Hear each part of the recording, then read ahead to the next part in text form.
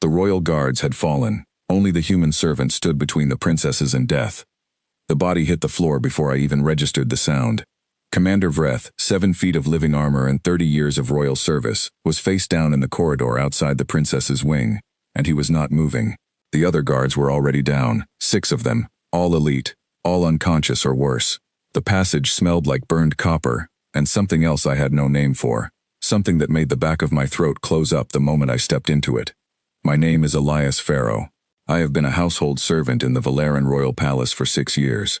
I carry trays, I manage linens. I am, by every formal record in the Imperial Register, a non-combatant human of low station, assigned to domestic duties. I pulled my scarf over my nose and kept moving.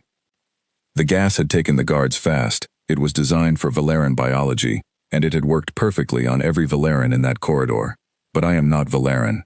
My lungs processed it differently, gave me a window they had not planned for, maybe 40 seconds of clear thinking before the edges of my vision would start to blur. I used 20 of them to drag Vreth another meter from the cloud and confirm he still had a pulse. I used the next 10 to check the service hatch I had been quietly memorizing for 6 years of walking this route every single day. It was open. Someone had unlocked it from inside. That told me everything I needed to know. This was not an opportunistic attack. Someone had spent weeks inside this palace, mapping it the same way I had mapped it. They knew the guard rotation, they knew the ventilation channels, they knew which gas would knock out a Valeran in under 4 seconds without killing them, keeping things quiet just long enough. What they did not know was me. I went in through the service hatch. The maintenance corridor behind the walls is not built for comfort. It is narrow, low, and webbed with pipes that hiss and knock. I had used it hundreds of times to move laundry carts silently during evening functions. I knew every turn, every junction, every panel that opened into which room. I moved fast and I moved quiet, and I did not let myself think about the part where I was completely alone and completely unarmed, and there were almost certainly armed professionals somewhere ahead of me. I heard them before I saw them, 2 voices, low and clipped, speaking in a dialect I recognized from the eastern fringe worlds. They were 40 feet ahead at the junction near the princess's private hall, and they were not being careful. Why would they be? The guards were down. No one was coming. The job was practically done. I stopped. I looked at what I had. A maintenance belt with a wrench, a coil of tension wire used for hanging tapestries, 2 emergency pressure flares from the wall kit I had passed, and 6 years of knowing exactly where I was standing. The junction they were at had a ceiling pipe that I had filed a maintenance report about 18 months ago. It was loose. The bolts had been worn by vibration for years and no one had bothered to replace them because no one ever came back here except me. I moved to the access panel 12 feet behind them, the one that opened into the linen closet connected to the hall. I looped the tension wire around the ceiling pipe. I pulled the pin on one of the flares and held it. I gave myself 3 seconds. The flare went through the gap in the panels. The noise and light were enormous in that narrow space, disorienting in a way that had nothing to do with combat training and everything to do with pure animal surprise. The pipe came down a second later, all 40 pounds of it, because I had yanked the wire as hard as I could. It caught the closer one across the shoulders and sent him into the wall. I was through the access panel before the second one recovered. He turned and swung and I was already inside his reach. The wrench is not a weapon. I will be clear about that. But the human elbow is at a very specific height, and I had spent years lifting heavy things, and there is a way to drive all of that into a very small target that ends a fight before it begins. He went down hard. I did not stop to feel anything about it. I kept moving. The door to the princess's chamber was at the end of the hall, and it was still closed, which meant they were inside, which meant I had time, but not much. I knocked in the specific pattern I had established with Princess Lyra 3 months ago after she had asked me, genuinely curious, whether humans had a word for the feeling of being watched by something you could not see. I had told her yes, and I had also told her that if she ever heard 4 short knocks and 2 slow ones, she should open the door immediately and not ask questions. The door opened. Lyra was holding a decorative blade pulled from the wall display. Her hands were steady.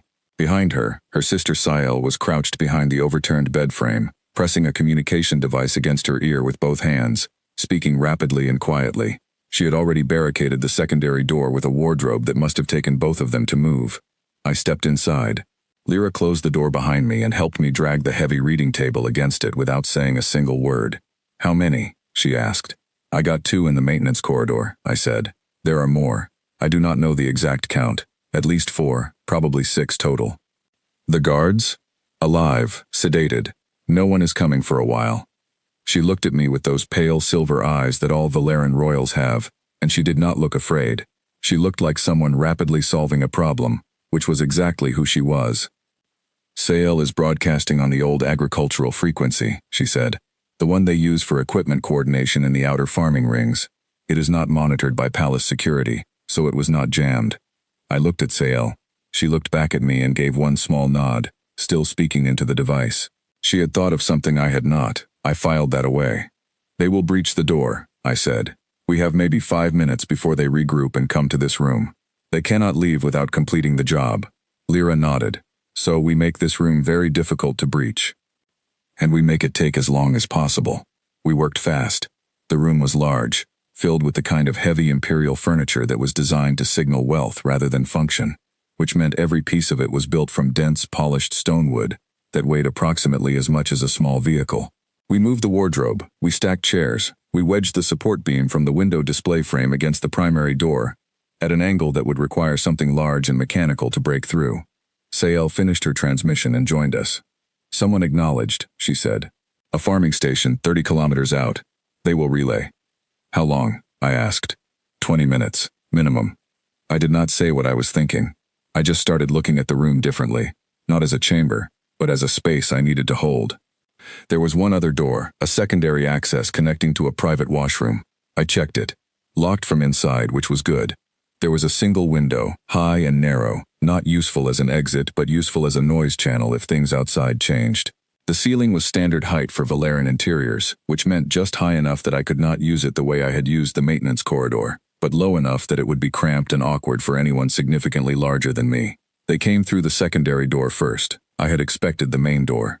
That was my mistake. They had found the washroom access from a parallel service route I had not considered, and the door frame exploded inward, with a sound like the palace itself cracking open. The first one through was fast. I was ready. The narrow bathroom doorway meant they could only come one at a time. That was the only advantage I had, and I used it completely. I am not large. I am not trained in formal combat. What I am is stubborn in a way that most species apparently find confusing, and I had 6 years of moving heavy furniture through tight palace spaces, which had given me a very specific kind of strength in very specific places. The second one came through while I was still dealing with the first, and Lyra put him on the floor with the decorative blade before he had fully straightened up. She was not hesitant about it. I remember being briefly surprised by that, and then immediately not surprised at all. The third one had a proper weapon, and I took damage from it. Something along my left side that burned cold and wrong. I ignored it. Humans are, I have been told by multiple species, unreasonably difficult to slow down when they decide not to be slowed down. I have no good explanation for this except that stopping felt like the wrong choice. I put him against the wall using the wardrobe we had moved, which I pushed with everything I had, and Sael came from the other side with the window display rod, and between us it was sufficient. We held the washroom doorway. Then the main door began to move. It moved slowly, methodically, the stone wood joints groaning under something that was pushing from outside with machinery rather than muscle. They had found a mechanical unit somewhere, a maintenance lifter or loading arm repurposed into a battering mechanism. The door would not hold against that for long. 4 minutes and 30 seconds had passed since Sael's transmission. The man who came in when the door finally failed was not like the others. He was tall even by Valeran standards, dressed in civilian clothes that did not fit him right, because he was used to wearing something else, and he was carrying Commander Vreth's personal weapon, the one that Vreth had earned in 30 years of service, and wore at his side every single day. He looked at the room. He looked at the barricades. He looked at the bodies of the people who had not managed to get through us, and then he looked at me, standing in the middle of the room between him and the two princesses, holding a piece of broken doorframe. He started to speak. He gave a speech about inevitability, and the changing of political winds, and the weight of imperial succession, and he spoke for quite a while, and I let him. Because I had triggered the emergency environmental seal on this wing 40 seconds before they broke through the main door. The palace emergency system has a hard lock function designed for fire containment. It seals all ventilation in a wing, and pumps the reserve air mixture to suppress combustion. The reserve air mixture is not toxic, but it drops the oxygen ratio significantly, and Valeran biology is sensitive to that drop in a way that sets in over roughly 90 seconds. He was on his second paragraph when he stopped. He looked confused, then slow. Then he looked at me with an expression that I can only describe as the specific frustration of a very intelligent person who has just realized they missed something obvious. "The air," he said. 60 seconds ago, I confirmed. He went to one knee. He did not go all the way down. He had enough anger keeping him upright to stay there, swaying, staring at me. "You planned that before we came through the door," he said. "I planned it when you started talking," I said. "You needed to be talking for 90 seconds. You gave me more than that." He was still conscious when the rescue team breached the outer corridor, still on one knee, still staring at me. The Imperial forces came in fast and loud, and the room was suddenly full of people in armor and medics and communication officers. And through all of it, Sail stood with her back straight and her chin level, and told the rescue commander exactly what had happened in precise, complete sentences without any visible emotion. Lyra sat down on the floor next to me while someone worked on my left side. "Does it hurt?" she asked. "Yes," I said. "Good," she said. "That means it is not serious." I laughed. It hurt more when I laughed. Commander Vreth, recovered and walking with assistance, came to the doorway and looked at the room for a very long time. He looked at the barricades.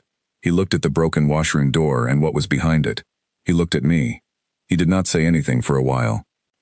Then he said, "I dismissed your report." "Yes," I said. "I will not do that again." "I know," I said. He held out his hand in the human gesture that means something between respect and acknowledgement. He had clearly looked it up at some point. I took it.